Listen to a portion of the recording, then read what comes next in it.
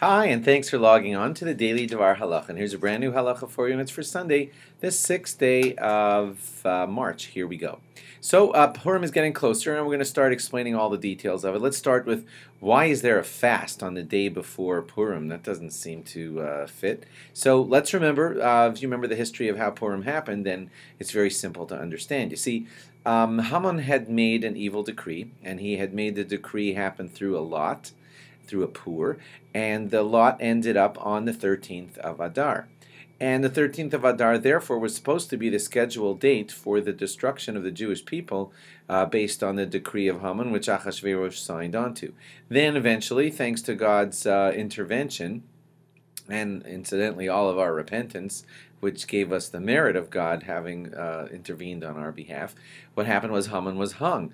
And so, thank God, we didn't have to be wiped out on the 13th of Adar. So, of course, the Jewish people asked Achashverosh, could you just rescind the decree? And he wouldn't have the decree rescinded, but he gave the Jewish people the right to defend themselves against their enemies on the 13th of Adar. And so, the 13th of Adar, the day before Purim, became a great battle day.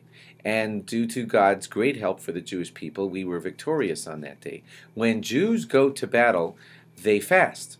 And hence, that the 13th of Adar, which was the day of the great battle, and when the Jews, through God's help, were victorious, they were fasting for the merit of God's help. And that's why the 13th of Adar has become the fast of Esther. That's what we call it anyway, in her great merit. We know the Jews fast on whenever they're going to battle, because we know in Chumash that when the Jews went to battle against Amalek, we know that Moshe fasted on that day, and Amalek, of course, is the people who came before Haman. He descended from Amalek. And so when we go to battle against Amalek, we too fast. In all of our great battles, we fast. And that's why that day has become a fast. Eventually, they designated the day after, when the battle was over, as the day of Purim. And in Shushan, when the battle ended on the 14th, they designated the 15th as the Purim of Shushan.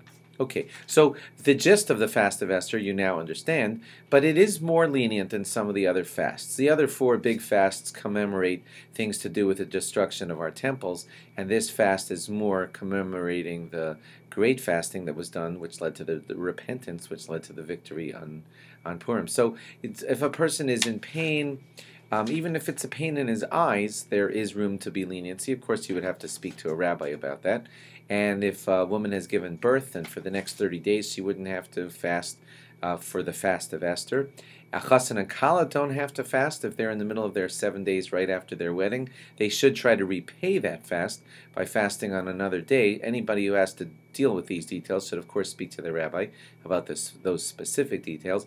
Otherwise, don't be lenient on it. Otherwise, you should treat it as a regular fast. You should plan to fast if you're healthy, even if you know that you're making a trip on that day. So still, you should try to be fasting, of course, on the fast of Esther. Thanks for logging on. Log on again for probably more Purim laws tomorrow. Bye-bye.